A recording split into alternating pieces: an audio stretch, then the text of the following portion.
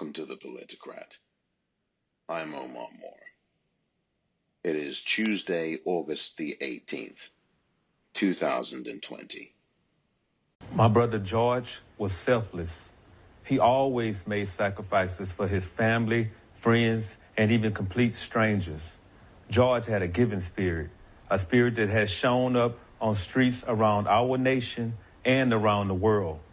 People of all races, all ages, all genders, all backgrounds, peacefully protesting in the name of love and unity. It's a fitting legacy for our brother, but George should be alive today. Breonna Taylor should be alive today. Ahmaud Arbery should be alive today. Eric Garner should be alive today. Stephon Clark, Tatiana Jefferson, Sandra Bland, they should all be alive today. So it's up to us to carry on the fight for justice. Our actions will be their legacies. We must always find ourselves in what John Lewis called good trouble. For the names we do not know, the faces we'll never see, those who can't mourn because their murders didn't go viral. Please join me in a moment of silence to honor George and the many other souls we lost to hate and injustice. And when this moment ends, let's make sure we never stop saying their names. That was Phineas Floyd, the brother of George Floyd. Last night, on an historic night, the first ever political convention in the United States to be virtual, as the Democrats kicked off their 2020 Democratic National Convention. Phineas Floyd speaking on behalf of his late brother George Floyd, who was of course murdered, as you know, back on May 25th, 2020. Brutally murdered and lynched by Minneapolis police. Phineas Floyd spoke on behalf of his brother and on behalf of many other victims of police violence or racist mob violence by white men. Ahmaud Arbery, Tatiana Jefferson, Breonna Taylor, Eric Garner, and so many others. And on this edition of the Politicrat podcast, a look back at the highlights on night one of an historic convention, the Democratic National Convention 2020, virtual edition.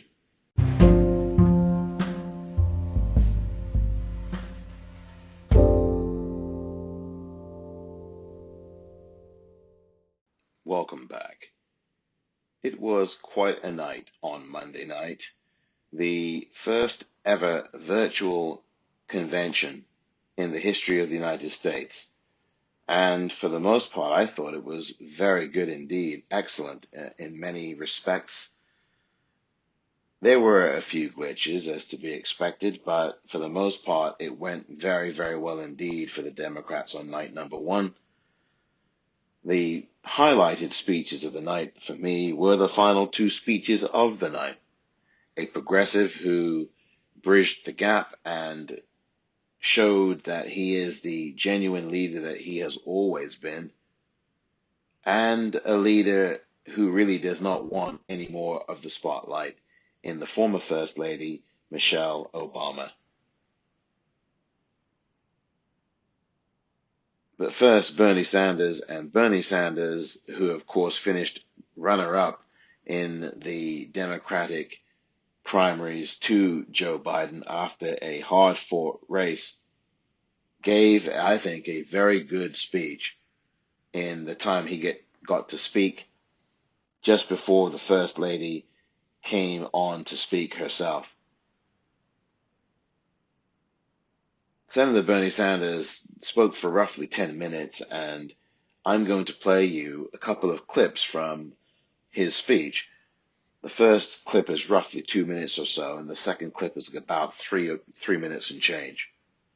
The first clip is about the damage that Donald Trump has done, and you will hear Bernie here talking about what Trump has done to really hurt this country. And of course, there's a long laundry list of things. Now, there are some Bernie fans who are upset with Bernie for his engagement with Joe Biden in terms of crafting this platform that, of course, does not have Medicare for all on it. In fact, in his speech, and I will play you that portion, Bernie acknowledges that he and Joe Biden have differences of opinion and a disagreement on Medicare for all, which was evident, of course, during the primaries earlier this year. I just think that these two clips from the speech show you the kind of person that Bernie Sanders is generally. And while there may be some in the Bernie camp who are upset at him, I am not one of those people. I think overall you have to look at the fact that, first of all, Bernie cares more about the party than he does himself. Otherwise, he wouldn't have given such a speech that he did. And second of all, it shows you that he's got a certain level of integrity and dignity too. Some might think that somehow he's sold out. I don't think he has. This is somebody who is politically astute. He is keeping himself available, if you will, to negotiation. And he made it clear, and he makes it clear in the excerpts that I play. And you will hear right now. Here's excerpt number 1. And he talks here about the danger of Donald Trump. Under this administration, authoritarianism has taken root in our country. I and my family, and many of yours, know the insidious way authoritarianism destroys democracy, decency, and humanity. As long as I am here, I will work with progressives, with moderates, and yes, with conservatives to preserve this nation from a threat that so many of our heroes fought and died to defeat. This president is not just a threat to our democracy, but by rejecting science, he has put our lives and health in jeopardy. Trump has attacked doctors and scientists trying to protect us from the pandemic, while refusing to take strong action to produce the masks, gowns, and gloves our healthcare workers desperately need. Nero fiddled while Rome burned. Trump golfs. His actions fanned this pandemic, resulting in over 170,000 deaths and a nation still unprepared to protect its people. Furthermore, Trump's negligence has exacerbated the economic crisis we are now experiencing. Since this pandemic began, over 30 million people have lost their jobs, and many have lost their health insurance. Millions of working families are wondering how they will feed their kids, and they're worried that they will be evicted from their homes. And how has Trump responded? Instead of maintaining the $600 a week unemployment supplement that workers were receiving and the $1,200 emergency checks that many of you received, instead of helping small businesses, Trump concocted fraudulent executive orders that do virtually nothing to address the crisis while threatening the very future of Social Security and Medicare. Senator Bernie Sanders there laying out in no uncertain terms just how much damage Donald Trump has done and how much of a danger he will continue to be to the United States if he is allowed another term in office. I'm going to play now the second excerpt from that Bernie Sanders speech last night. This time he talks more about Joe Biden and why people should be voting for him, and he aimed much of this message to his progressive base. much of whom I think now, if I look at it fairly and openly and objectively, are going to vote for Joe Biden. There still will be those holdovers and some people who won't, still. But overwhelmingly, the progressive base will be voting for Joe Biden. And here is certainly some of the reasons why they should, according to Bernie. But the truth is that even before Trump's negligent response to this pandemic, too many hardworking families have been caught on an economic treadmill with no hope of ever getting ahead. Together, we must build a nation that is more equitable, more compassionate, and more inclusive. I know that Joe Biden will begin that fight on day one. Let me offer you just a few examples of how Joe will move us forward. Joe supports raising the minimum wage to $15 an hour. This will give 40 million workers a pay raise and push the wage scale up for everyone else. Joe will also make it easier for workers to join unions, create 12 weeks of paid family leave, fund universal pre-K for 3- and 4-year-olds, and make child care affordable for millions of families. Joe will rebuild our crumbling infrastructure and fight the threat of climate change by transitioning us to 100% clean electricity over the next 15 years. These initiatives will create millions of good-paying jobs all across our country. As you know, we are the only industrialized nation not to guarantee health care for all people. While Joe and I disagree on the best path to get universal coverage, he has a plan that will greatly expand health care and cut the cost of prescription drugs. Further, he will lower the eligibility age of Medicare from 65 down to 60. To help reform our broken criminal justice system, Joe will end private prisons and detention centers, cash bail, and the school-to-prison pipeline. And to heal the soul of our nation, Joe Biden will end the hate and division Trump has created. He will stop the demonization of immigrants, the coddling of white nationalists, the racist dog whistling, the religious bigotry, and the ugly attacks on women.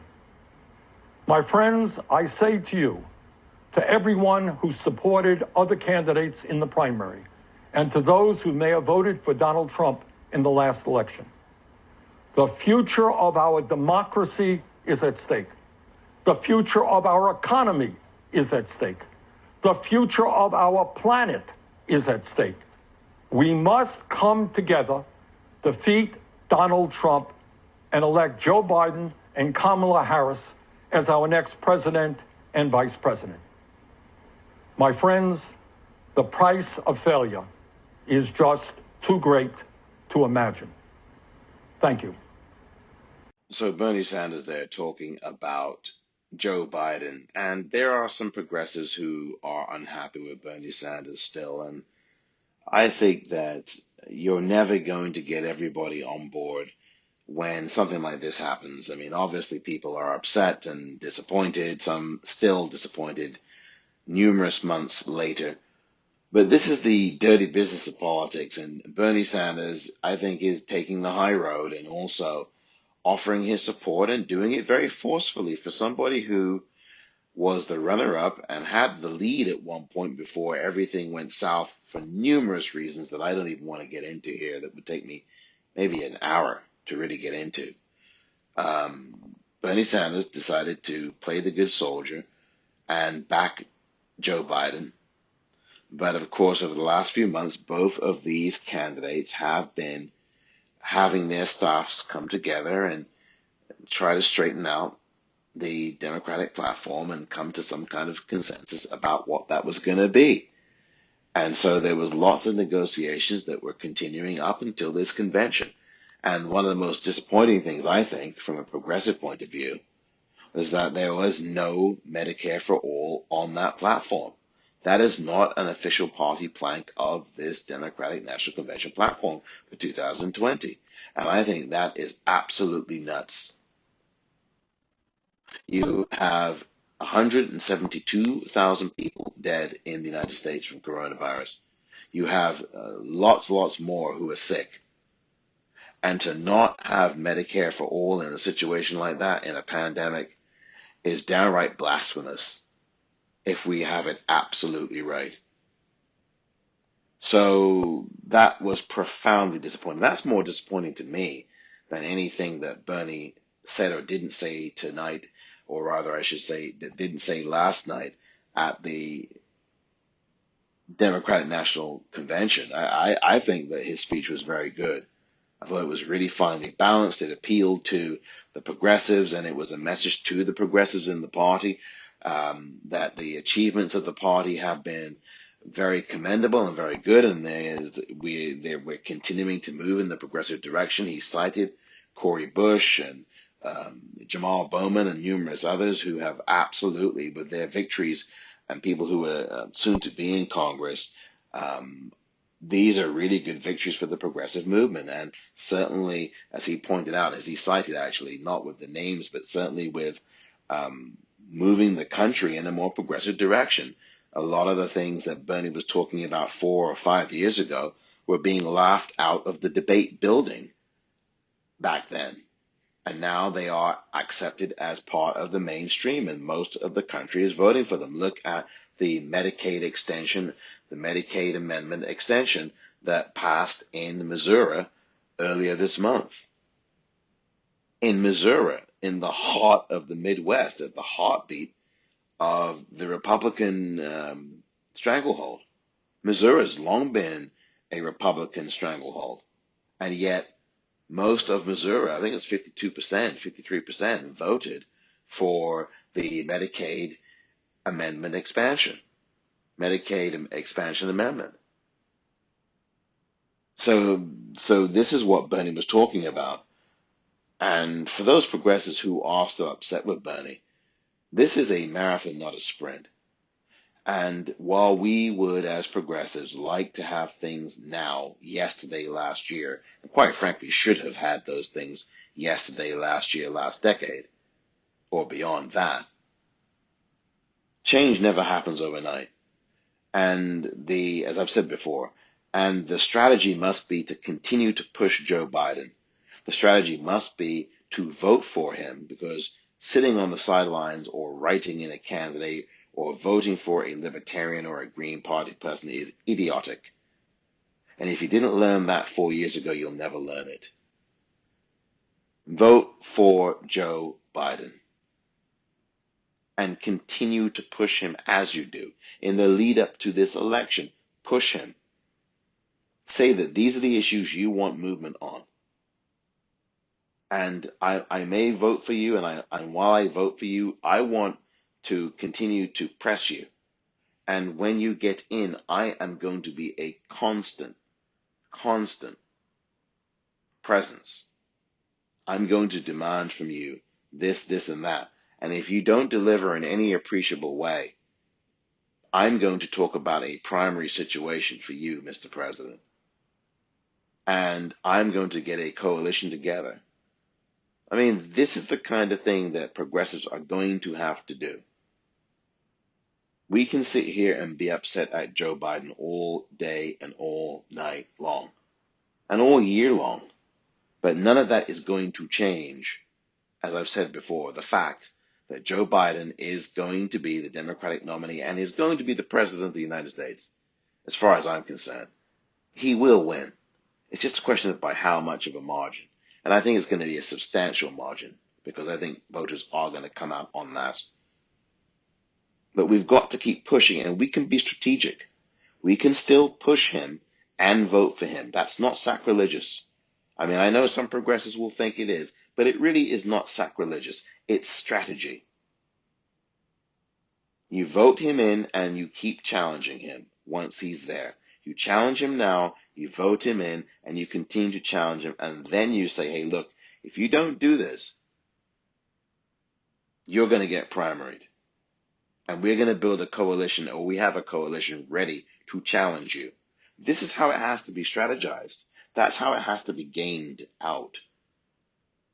I think this attacking Joe Biden, if some people still are, and there's probably a few that are, but not many, but this rage at Bernie is just really at this point misplaced.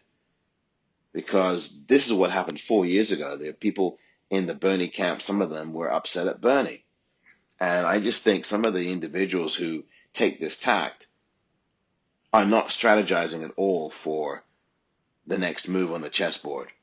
The next move on the chessboard for them is anarchy or dropping a stink bomb and letting it explode. But Bernie Sanders last night was professional as you would expect him to be. And I think he did a good job. Next, more highlights from an historic night at the Democratic National Convention.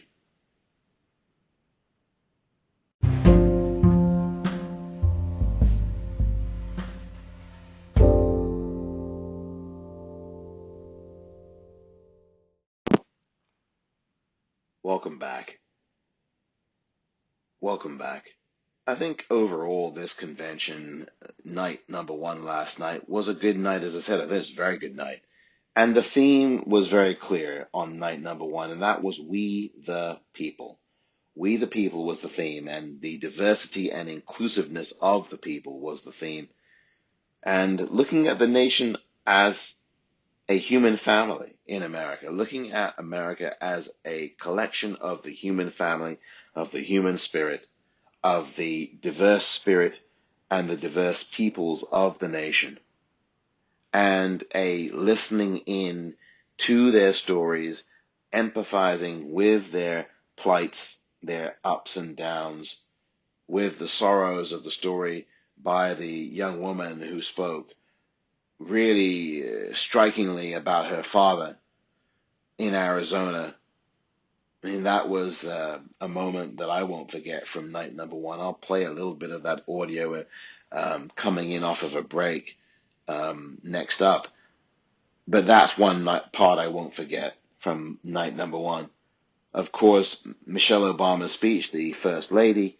I call her the First Lady still because I just refuse to recognize who is in there at this point. It's absolutely ridiculous. But Michelle Obama was superb. And I will play you the speech coming up in its entirety, by the way, because I think it should be heard in its entirety. You really can't do that justice by breaking it up and chopping it into pieces. You really need to listen to that all in one sitting. So I will be doing that shortly for you, playing that for you, for those of you who did not get a chance to hear that speech or watch Michelle Obama deliver it. It was pre-recorded. But this speech was very, very important and very good indeed, excellent from the First Lady. And also, it is the best speech she has given at a convention. This was her third speech at a convention, and I think this was the best. And quite frankly, I think this convention worked well because there was no audience. I think that some of these speakers would have resonated far less actually with an audience than if they did haven't than they did last night. I thought that Catherine Cortez Masto, the senator out of Nevada, was rather bland. I mean, she was sitting in her kitchen, and there's a big, expansive, sunny-looking kitchen area, and she just came across as very bland to me, as the only Latina senator. And quite frankly, I think she's a white Latina. Not that that particularly matters, but it was just that she was very bland. I thought her speech was one of the more bland and forgettable speeches of the night. There was, of course, Amy Klobuchar, the senator out of Minnesota, who was beaming throughout and was overjoyed. You would have thought that she was actually accepting the nomination for president. I've never seen a speaker who spoke with so much joy for someone who, A, is on night number one, and B, did not get the VP slot and C was someone who was not favored by many people in the black community, given her record in Minnesota. And certainly as a VP pick, that was not going to happen. And when she took herself out of the running, when she realized that, she tried to make it like a magnanimous move. Well, I think, Joe, you should pick a woman of color or a black woman. Well, the fact is that Amy Klobuchar was never going to get picked. I mean, Jim Clyburn, who is widely credited for the reemergence and ascendancy of Joe Biden, even said in an interview the same night where Klobuchar appeared in the same program that Amy Klobuchar should really reconsider and drop out. And it was within a few weeks of that, she did just that. And so there was never going to be a chance for her. So I just wanted to make that clear. But last night, rather, she spoke with this great cheer in her voice. And I just found that interesting. Not that a woman shouldn't smile. You know, that's kind of that sexist thing. Why are you smiling? Why can't you smile more? Well, I was hoping that she'd smile less because I didn't know what was so smiley and cheery. Is it that Minnesota nice attitude or whatever it is? But wow. But it was a good speech, though. It was a good speech. I'm not begrudging it 1 second at all. Not a long shot, not by a second, not by anything.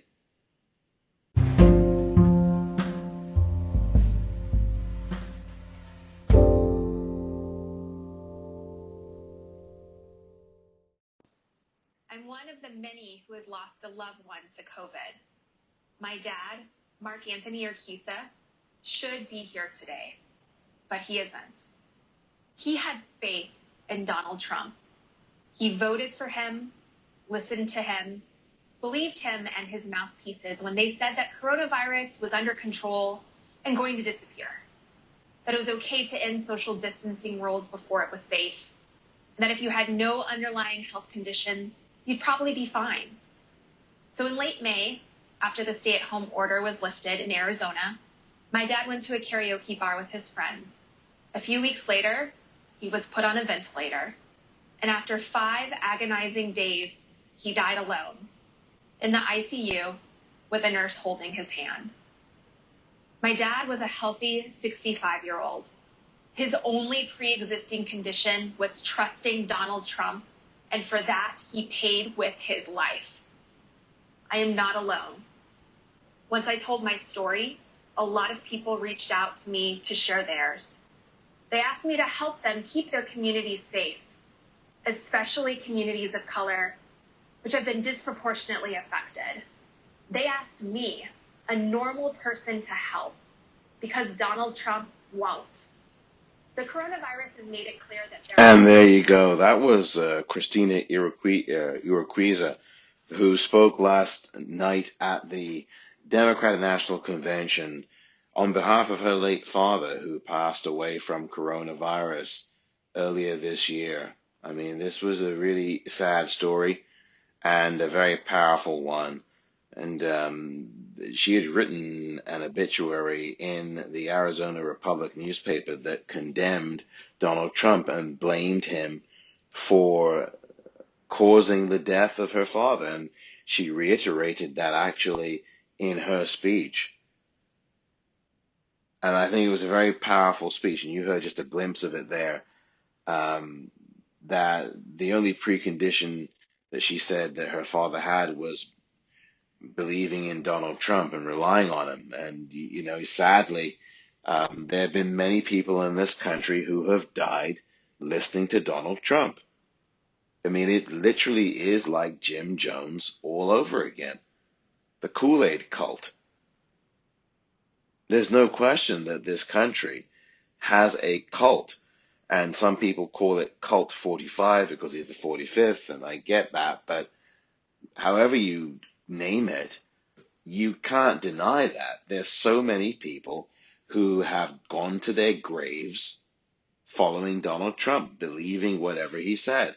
So many people you've heard of who didn't believe that COVID-19 was a real virus. They didn't believe that coronavirus existed. It was a hoax. And all of these people, many of them died.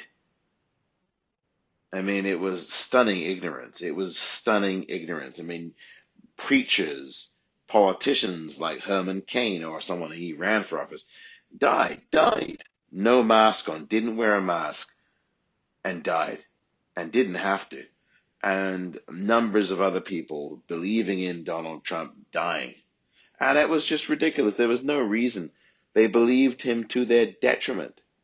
And so Christina Urquiza was speaking there on behalf of her late father. Heartbreaking. That was very powerful to hear her speak about her father and obviously and rightfully blame Donald Trump because there's lots of blood on his hands. Over 171,000 people dead from this virus here in the United States.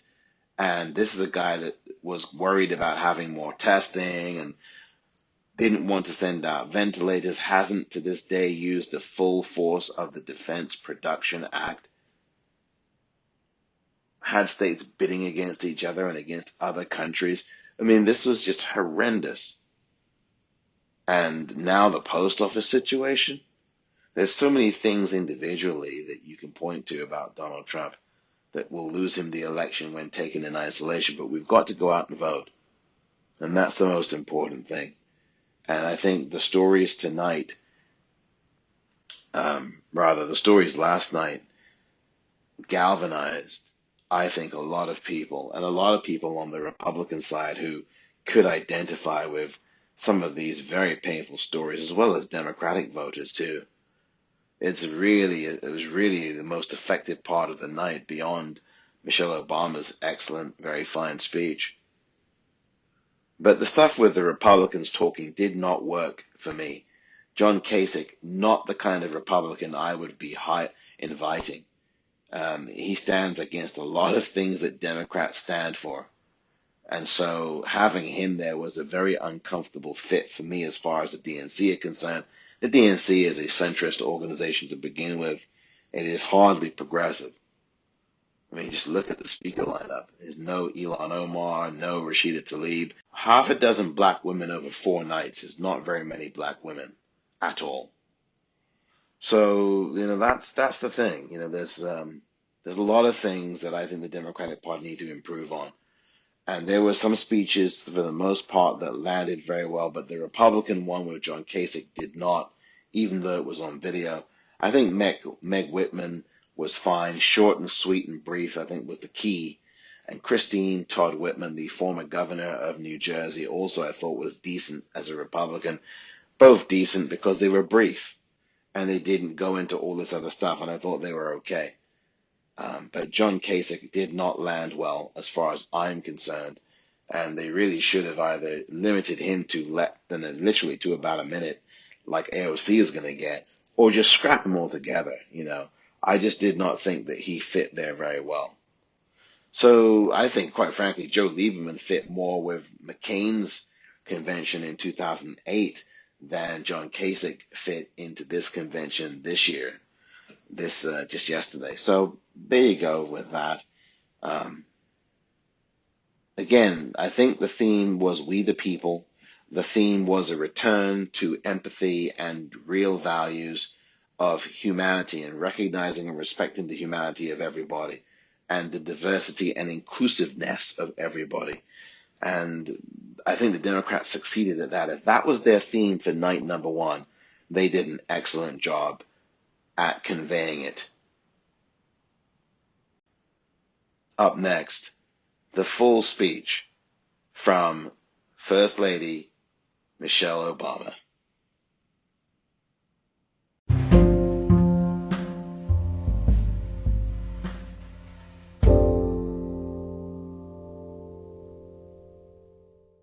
Good evening, everyone. It's a hard time, and everyone's feeling it in different ways. And I know a lot of folks are reluctant to tune into a political convention right now or to politics in general. Believe me, I get that. But I am here tonight because I love this country with all my heart. And it pains me to see so many people hurting. I've met so many of you. I've heard your stories. And through you, I have seen this country's promise. And thanks to so many who came before me, thanks to their toil and sweat and blood, I've been able to live that promise myself. That's the story of America. All those folks who sacrificed and overcame so much in their own times because they wanted something more, something better for their kids. There's a lot of beauty in that story. There's a lot of pain in it too. A lot of struggle and injustice and work left to do. And who we choose as our president in this election will determine whether or not we honor that struggle and chip away at that injustice and keep alive the very possibility of finishing that work. I am one of a handful of people living today who have seen firsthand the immense weight and awesome power of the presidency. And let me once again tell you this: the job is hard. It requires clear-headed judgment, a mastery of complex and competing issues, a devotion to facts and history, a moral compass, and an ability to listen, and an abiding belief that each of the 330 million lives in this country has meaning and worth. A president's words have the power to move markets. They can start wars or broker peace. They can summon our better angels or awaken our worst instincts. You simply cannot fake your way through this job. As I've said before, being president doesn't change who you are. It reveals who you are. Well, a presidential election can reveal who we are too. And 4 years ago, too many people chose to believe that their votes didn't matter. Maybe they were fed up. Maybe they thought the outcome wouldn't be close. Maybe the barriers felt too steep, whatever the reason. In the end, those choices sent someone to the Oval Office who lost the national popular vote by nearly 3 million votes. In one of the states that determined the outcome, the winning margin averaged out to just 2 votes per precinct. 2 votes.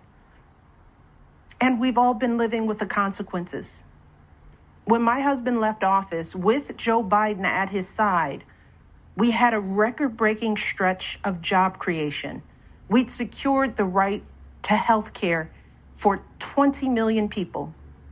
We were respected around the world, rallying our allies to confront climate change. And our leaders had worked hand in hand with scientists to help prevent an Ebola outbreak from becoming a global pandemic. 4 years later, the state of this nation is very different. More than 150,000 people have died, and our economy is in shambles because of a virus that this president downplayed for too long. It has left millions of people jobless. Too many have lost their health care. Too many are struggling to take care of basic necessities like food and rent. Too many communities have been left in the lurch to grapple with whether and how to open our schools safely. Internationally, we've turned our back, not just on agreements forged by my husband, but on alliances championed by presidents like Reagan and Eisenhower. And here at home, as George Floyd, Breonna Taylor, and a never-ending list of innocent people of color continue to be murdered, stating the simple fact that a Black life matters is still met with derision from the nation's highest office. Because whenever we look to this White House for some leadership or consolation or any semblance of steadiness, what we get instead is chaos, division, and a total and utter lack of empathy. Empathy. That's something I've been thinking a lot about lately. The ability to walk in someone else's shoes. The recognition that someone else's experience has value too. Most of us practice this without a second thought. If we see someone suffering or struggling, we don't stand in judgment, we reach out. Because there, but for the grace of God, go I. It is not a hard concept to grasp. It's what we teach our children. And like so many of you, Barack and I have tried our best to instill in our girls a strong moral foundation to carry forward the values that our parents and grandparents poured into us. But right now, kids in this country are seeing what happens when we stop requiring empathy of one another. They're looking around wondering if we've been lying to them this whole time about who we are and what we truly value. They see people shouting in grocery stores, unwilling to wear a mask to keep us all safe. They see people calling the police on folks minding their own business just because of the color of their skin. They see an entitlement that says only certain people belong here. That greed is good and winning is everything, because as long as you come out on top, it doesn't matter what happens to everyone else. And they see what happens when that lack of empathy is ginned up into outright disdain.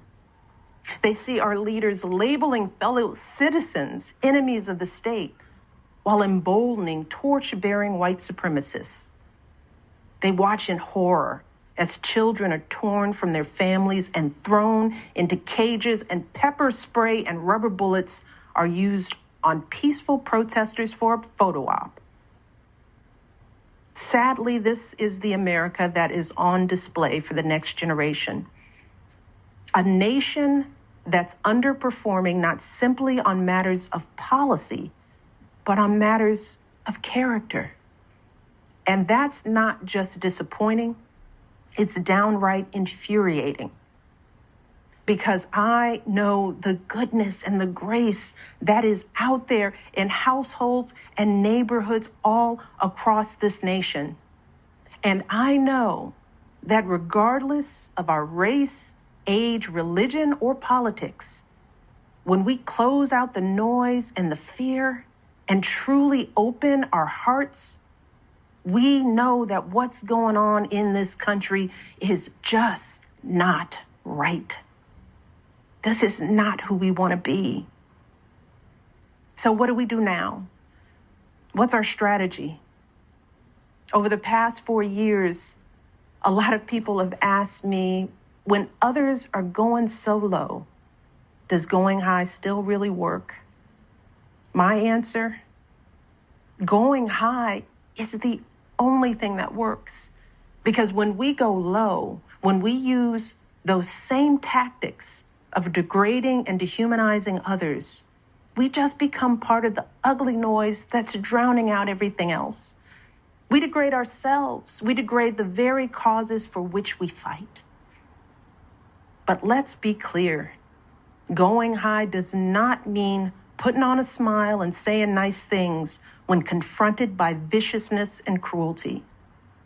Going high means taking the harder path.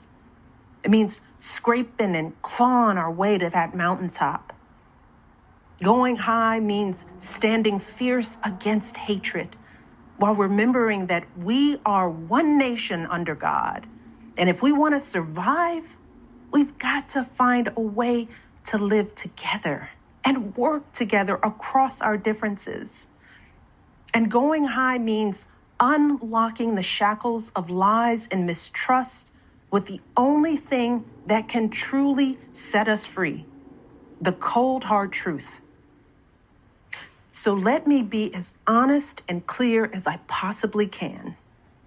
Donald Trump is the wrong president for our country. He has had more than enough time to prove that he can do the job, but he is clearly in over his head. He cannot meet this moment. He simply cannot be who we need him to be for us. It is what it is. Now, I understand that my message won't be heard by some people. We live in a nation that is deeply divided, and I am a Black woman speaking at the Democratic Convention. But enough of you know me by now. You know that I tell you exactly what I'm feeling. You know I hate politics. But you also know that I care about this nation. You know how much I care about all of our children. So if you take one thing from my words tonight, it is this. If you think things cannot possibly get worse, trust me, they can and they will if we don't make a change in this election. If we have any hope of ending this chaos, we have got to vote for Joe Biden like our lives depend on it. I know Joe. He is a profoundly decent man, guided by faith. He was a terrific vice president. He knows what it takes to rescue an economy, beat back a pandemic, and lead our country. And he listens. He will tell the truth and trust science. He will make smart plans and manage a good team. And he will govern as someone who's lived a life that the rest of us can recognize. When he was a kid, Joe's father lost his job. When he was a young senator, Joe lost his wife and his baby daughter. And when he was vice president, he lost his beloved son. So Joe knows the anguish of sitting at a table with an empty chair, which is why he gives his time so freely to grieving parents. Joe knows what it's like to struggle, which is why he gives his personal phone number to kids overcoming a stutter of their own. His life is a testament to getting back up. And he is going to channel that same grit and passion to pick us all up, to help us heal and guide us forward. Now, Joe is not perfect, and he'd be the first to tell you that. But there is no perfect candidate, no perfect president. And his ability to learn and grow, we find in that the kind of humility and maturity that so many of us yearn for right now. Because Joe Biden has served this nation his entire life without ever losing sight of who he is. But more than that, he has never lost sight of who we are, all of us. Joe Biden wants all of our kids to go to a good school, see a doctor when they're sick, live on a healthy planet. And he's got plans to make all of that happen. Joe Biden wants all of our kids, no matter what they look like, to be able to walk out the door without worrying about being harassed or arrested or killed. He wants all of our kids to be able to go to a movie or a math class without being afraid of getting shot. He wants all our kids to grow up with leaders who won't just serve themselves and their wealthy peers, but will provide a safety net for people facing hard times. And if we want a chance to pursue any of these goals, any of these most basic requirements for a functioning society, we have to vote for Joe Biden in numbers that cannot be ignored. Because right now, folks who know they cannot win fair and square at the ballot box are doing everything they can to stop us from voting. They're closing down polling places in minority neighborhoods. They're purging voter rolls. They're sending people out to intimidate voters, and they're lying about the security of our ballots. These tactics are not new. But this is not the time to withhold our votes in protest or play games with candidates who have no chance of winning. We have got to vote like we did in 2008 and 2012. We've got to show up with the same level of passion and hope for Joe Biden. We've got to vote early, in person if we can. We've got to request our mail-in ballots right now, tonight, and send them back immediately, and follow up to make sure they're received, and then make sure our friends and families do the same. We have got to grab our comfortable shoes, put on our masks, pack a brown bag dinner, and maybe breakfast too, because we've got to be willing to stand in line all night if we have to. Look, we have already sacrificed so much this year. So many of you are already going that extra mile. Even when you're exhausted, you're mustering up unimaginable courage to put on those scrubs and give our loved ones a fighting chance. Even when you're anxious, you're delivering those packages, stocking those shelves, and doing all that essential work so that all of us can keep moving forward. Even when it all feels so overwhelming, working parents are somehow piecing it all together without childcare. Teachers are getting creative so that our kids can still learn and grow. Our young people are desperately fighting to pursue their dreams. And when the horrors of systemic racism shook our country and our consciences, millions of Americans of every age, every background rose up to march for each other, crying out for justice and progress. This is who we still are. Compassionate, resilient, decent people whose fortunes are bound up with one another. And it is well past time for our leaders to once again reflect our truth.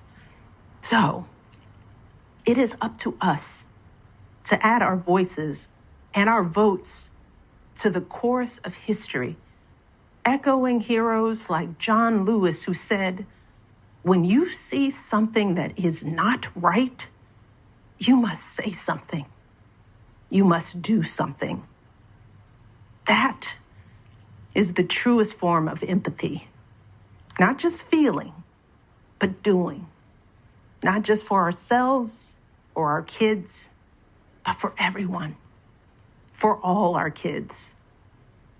And if we want to keep the possibility of progress alive in our time, if we want to be able to look our children in the eye after this election, we have got to reassert our place in American history. And we have got to do everything we can to elect my friend Joe Biden as the next president of the United States. Thank you all. God bless. That speech really speaks for itself, doesn't it? Michelle Obama, the First Lady, because that's what I refer to her as, not as former, but the First Lady, because she exemplifies that kind of leadership.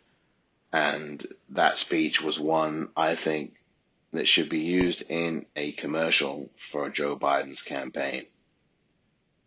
There's really nothing to really say about that speech other than what that speech said for itself and what Michelle Obama said. I actually wish that she had been put at least on night number 2 or 3, because I don't think you're really going to find too many people who are going to match. Not that there's some kind of competition going on, but I do not think you're going to find any speaker, maybe save her husband, who is going to stand out so much because of the excellence of what she had to say and the pertinence of what she had to say. And First Lady Obama has always been pertinent and has always said the things that need to be said. She always speaks the truth. This was her third go around at a convention. And I think this speech was the best of the lot, and the intimacy of the speech, because there was no audience, was very effective as well. And it was damning of Donald Trump, as it should have been. So that was just a great effort, a great speech, and a very important one by the First Lady, Michelle Obama.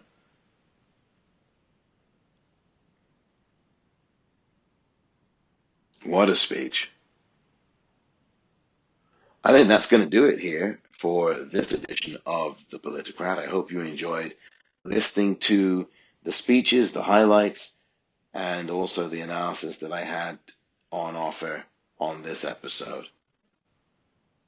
Tomorrow's episode will be talking, of course, about night number 2 and the highlights from the night, or any lowlights that may be there as well. All the bases covered here at the Politicrat Podcast.